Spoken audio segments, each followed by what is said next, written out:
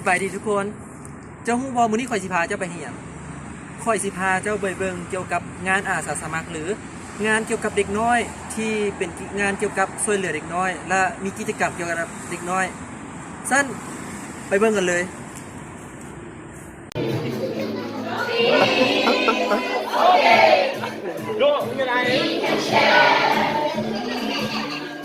เอาหันหน้ามาได้ไหม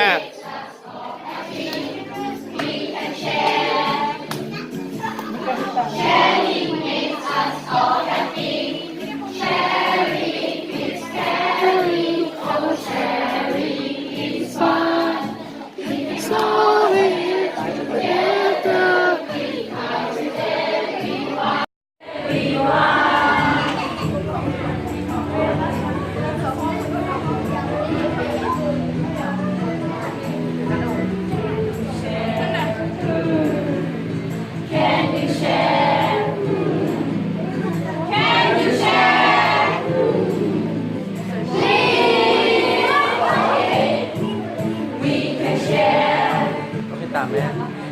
Sharing makes us all happy. We can share. ยกกันมา Sharing makes us all happy. Sharing is caring. Oh, sharing is fun. We can all share together. Be kind to everyone. Let's go share.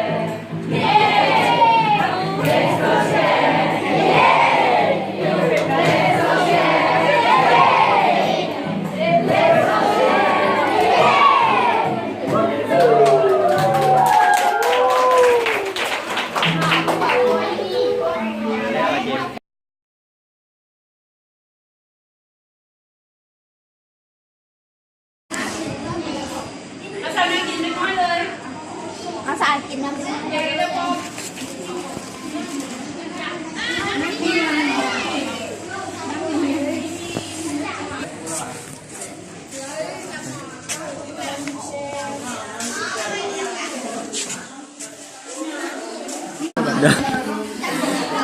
ันกระจักไรเนาะแรงกินข้าวไปซูมเลยนะน่ากินแซ่บประมาณนี้เดี๋ยวกินข้าวแล้วกินผ้าก่อนเนาะน้องอายนะ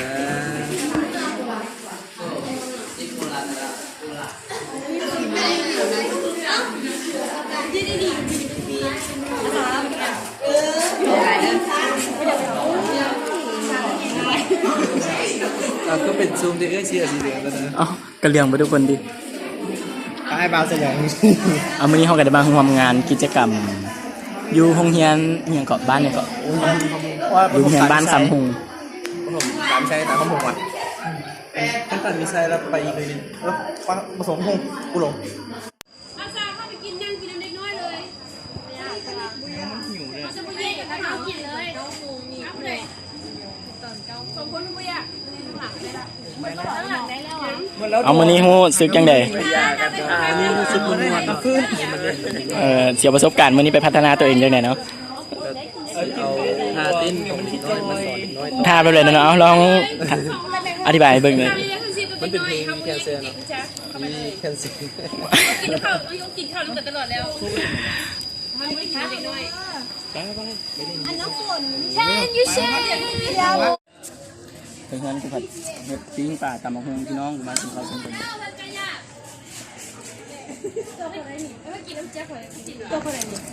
อันนั้นสำหรับช่วงนี้ถือว่าสับเป็นจีนไปได้อาหารเที่ยงกันแล้วของน้องมันมาซื้อมาเป็นชิ้นของคุณในเกียร์2 กับ2 ฝ่ายเดี๋ยวเอาไม้1 2 3สบายดีเนาะมื้อนี้กับพวกเรากับมาเป็นอาสาสมัครเนาะแม่เด็กน้อยกับบอกอะไรว้าวก็พักสมัยมาเบิ่งกันเลย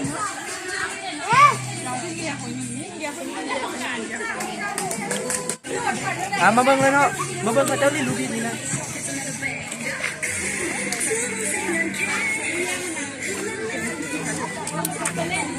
อันนี้ก็ลงกลุ่มไฮโลแล้วอันนี้ก็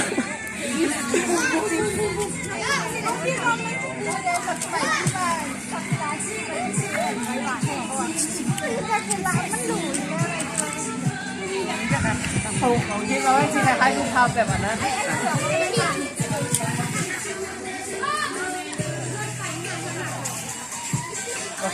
เดี๋ยวพูดว่าเจ้ามาเนี่ยว่าถามมง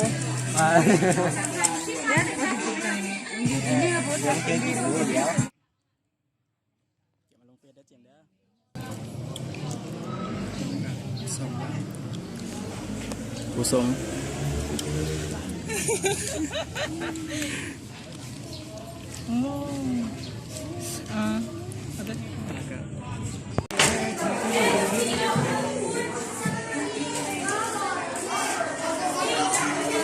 ป้าเด็กน้อยบักอะไร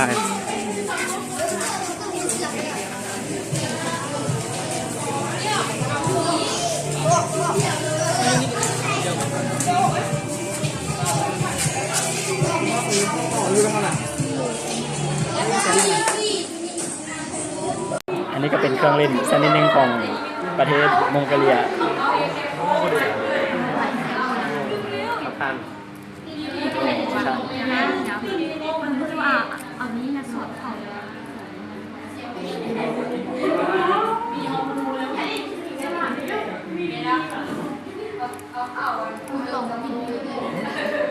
แบบนี้ต้องเธอไม่เห็นว่าเจมส์ มีความตั้งใจสู้ เอาเจมส์ดีวะ อันนี้เป็นวิธีที่พินจะเห็นเด้อ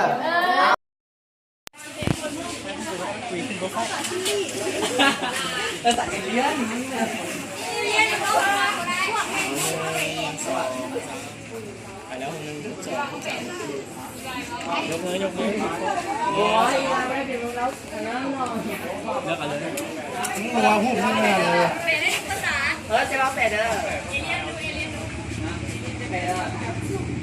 อันมื้อนี้ได้บทเรียนอย่างแน่นอนอันมา ก็ได้พูดจากประเทศนั้นประเทศนี้เนาะแบบบ่เคยไปประเทศเขาเลยแต่ว่าได้เห็นประเทศ